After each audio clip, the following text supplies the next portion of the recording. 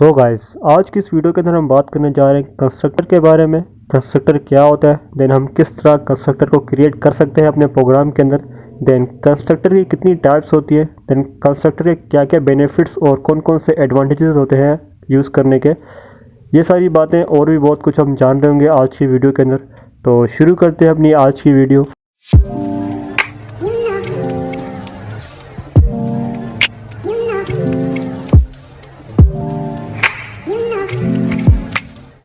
Constructor की definition: constructor similar to function, special type of function use for initializing the value of instance variable of a class. It runs automatically when we create an object of a class. तो constructor एक function की तरह ही होता है। एक function की आप कह सकते हैं स्पेशल टाइप होती है जो कि ऑटोमेटिकली रन हो जाती है जब अपने हम क्लास का ऑब्जेक्ट बना रहे होते हैं। जो मेन फंक्शन है कंस्ट्रक्टर को क्रिएट करने का वो है किसी भी ऑब्जेक्ट की वैल्यू को इनिशियलाइज करना। तो इसके अंदर जो हमें सबसे बेनिफिशियल मिलता है इंस्टेंस वेरिएबल, जो कि क्लास के अंदर एक वेरिएबल होता है, उसकी वैल्यू को इनिशियलाइज करने के लिए काफ़ी हेल्पफुल साबित होता है कंस्ट्रक्टर। तो आगे प्रैक्टिकल के दौरान भी हम देख रहे होंगे।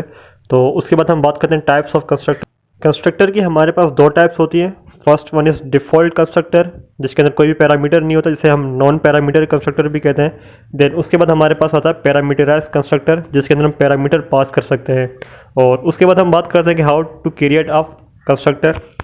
कंस्ट्रक्टर क्रिएट करने के लिए हम सबसे पहले अपना डेफ कीवर्ड यूज़ करते हैं। डेफ कीवर्ड के बाद हम डबल अंडरस्कोर यूज़ करते हैं। देन उसके बाद इनिट INIT, देन उसके बाद दोबारा से डबल अंडरस्कोर, और राउंड ब्रैकेट के अंदर हमने सेल्फ कीवर्ड का यूज़ करे होते हैं। सेल्फ कीवर्ड एक रेफरेंस वेरिएबल है जो कि करंट ऑब्जेक्ट को रेफर कर रहा होता है। जब कभी भी हम अपने फंक्शन प्रोग्राम के अंदर कंस्ट्रक्टर का यूज़ कर रहे होते हैं या कोई फंक्शन बना रहे होते हैं तो वहाँ पे हमें सेल्फ कीवर्ड यूज़ करना लाजमी कंपलसरी है। इसके अलावा अगर हम यूज़ कर रहे होंगे अपना कंस्ट्रक्टर या फंक्शन क्रिएट कर रहे होंगे तो हमें वो एरर शो कर रहा होगा।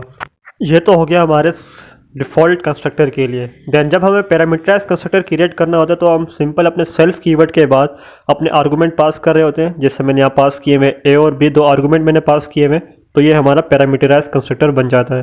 तो चलते हैं प्रैक्टिकल की तरफ, वहाँ पे एग्जांपल करते हैं। तो यहाँ पर मैंने अपनी आइडियली ओपन कर लिए और यहाँ मैं एक क्लास क्रिएट कर देता हूँ क्लास A के नाम से, और उसके अंदर मैं कंस्ट्रक्टर क्रिएट कर दूँगा। तो कंस्ट्रक्टर क्रिएट करने के लिए हम लिखते हैं डेफ, देन उसके बाद then init, then again double underscore, और ब्रैकेट के अंदर वेरिएबल आ गया। देन यहाँ पर मैं ले लेता हूँ variable name is equals to Fahad, और सिंपल से मैं प्रिंट करवा दूंगा नेम को। देन मैं अपनी क्लास का ऑब्जेक्ट क्रिएट करता हूँ यहाँ पर। तो जैसे ही मैं अपनी क्लास का ऑब्जेक्ट क्रिएट करूँगा तो ऑटोमेटिकली हमारा जो कंस्ट्रक्टर है वो कॉल हो जाएगा। लेक्चर के दौरान मैंने आपको बताया था। तो यहाँ पर मैं अपनी क्लास का ऑब्जेक्ट क्रिएट करता हूँ। तो ऑब्जेक्ट क्रिएट करने के लिए हमें सबसे पहले ऑब्जेक्ट का नाम लिखना पड़ता है। तो OBJ ऑब्जेक्ट का नाम, then is equals to again class का नाम हो गया और राउंड ब्रैकेट। तो इस फाइल को मैं रन करता हूँ। तो यहाँ पे हमारे पास आउटपुट आ गया फहद अहमद। तो हमारा कंस्ट्रक्टर हमने क्रिएट किया, देन कंस्ट्रक्टर को हमने कॉल कर दिया। देन उसके बाद अगर हम एक इंस्टेंस वेरिएबल क्रिएट करें यहाँ पर, तो मैं यहाँ एक वेरिएबल ले लेता हूँ H, देन उसके अंदर मैं स्टोर करवा देता हूँ 20। ये एक हमारा इंस्टेंस वेरिएबल है, तो यहाँ मैं मेंशन कर देता हूँ इंस्टेंस।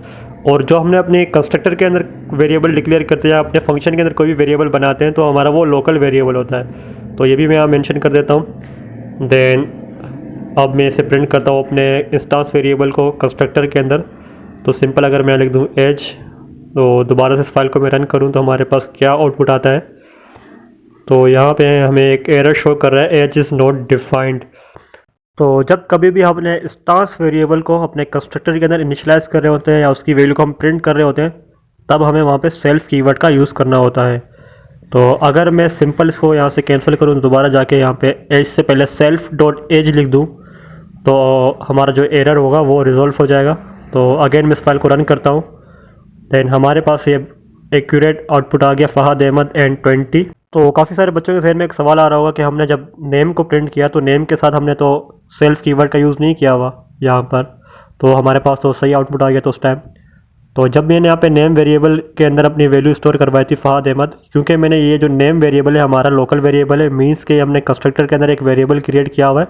तो जब भी हम कंस्ट्रक्टर के अंदर वेरिएबल डिक्लेयर कर रहे होते हैं तो प्रिंट के दौरान भी सेल्फ कीवर्ड का यूज़ करना होता है। तो अगर मैं लिखता हूँ सेल्फ डॉट नेम, तो हमारे पास यहाँ एरर शो करेगा क्योंकि हमने यहाँ पे प्रिंट के दौरान सेल्फ डॉट नेम नहीं लिखा। तो अगेन मैं यहाँ लिखता हूँ प्रिंट के दौरान भी सेल्फ कीवर्ड, देन दोबारा इस फाइल को मैं रन करता हूँ और अब हमारे पास दोबारा अगेन एक्यूरेट आउटपुट आ जाएगा।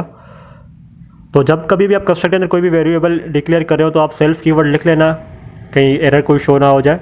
अब बाकी जिसको पता है कि सेल्फ कीवर्ड हम क्यों यूज़ करते हैं तो उसके लिए बेनिफिट है। अगर जिसको नहीं पता वो सेल्फ कीवर्ड यूज़ किया करें कंस्ट्रक्टर के दौरान, और जब कभी हम फंक्शन बना रहे होते हैं तो उसके दौरान भी आप सेल्फ कीवर्ड का यूज़ करें वेरिएबल को इनिशियलाइज करने के लिए और वैल्यू को प्रिंट करने के लिए।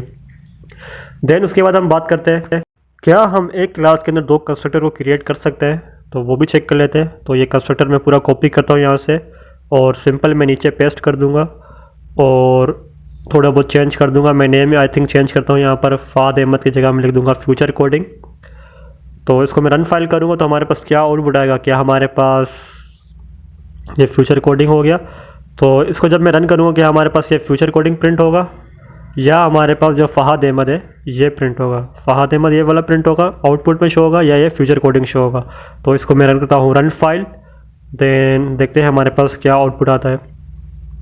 तो जैसे ही मैंने रन फाइल किया हमारे पास आ गया फ्यूचर कोडिंग एंड 20। तो अगेन यहाँ पे क्वेश्चन आता है ऐसा क्यों। तो ऐसा इसलिए हुआ जब भी हम अपने क्लास के अंदर 2 कंस्ट्रक्टर क्रिएट कर रहे होते हैं तो अगर हमने जो पहला कंस्ट्रक्टर क्रिएट किया हुआ है उसके बाद हम कोई दूसरा कंस्ट्रक्टर क्रिएट करते हैं तो जो सेकंड वन कंस्ट्रक्टर होता है वही हमारा जो कंपाइलर है उसी को कंस्ट्रक्टर मान रहा होता है, देन उसी की वैल्यू को वो प्रिंट कर रहा होता है। तो जो मैंने यहाँ पे सेकंड कंस्ट्रक्टर क्रिएट किया हुआ है तो यही आउटपुट में जनरेट हुआ, इसी की स्टेटमेंट आउटपुट में जनरेट हुई, तो यही कंपाइलर जो होता है उसे इसी को कंस्ट्रक्टर मान रहा होता है। तो ये भी एक लॉजिक होती है कंस्ट्रक्टर को क्रिएट करने के दौरान। जब भी हम 2 कंस्ट्रक्टर क्रिएट कर रहे होते हैं तो पहला वाला जो कंस्ट्रक्टर होता है वो रिमूव हो जाएगा ऑटोमेटिकली, मतलब उसकी कोई स्टेटमेंट प्रिंट नहीं होगी। जो सेकंड वाला होगा उसी पर काम हो रहा होगा। तो गाइस ये थी हमारी आज की वीडियो जिसके अंदर हमने बात की अपने कंस्ट्रक्टर के बारे में, कंस्ट्रक्टर की डेफिनेशन, कंस्ट्रक्टर की टाइप्स, हम कंस्ट्रक्टर को किस तरह क्रिएट कर सकते हैं अपने पाइथन प्रोग्राम के अंदर। देन आज हमने एक टाइप कवर की non parameterize constructor. Then coming video के अंदर हम अपने पैरामीटराइज कंस्ट्रक्टर को भी कवर कर रहे होंगे। तो जुड़े रहिए इस चैनल के साथ, मिलते हैं अगली वीडियो में। Thanks for watching.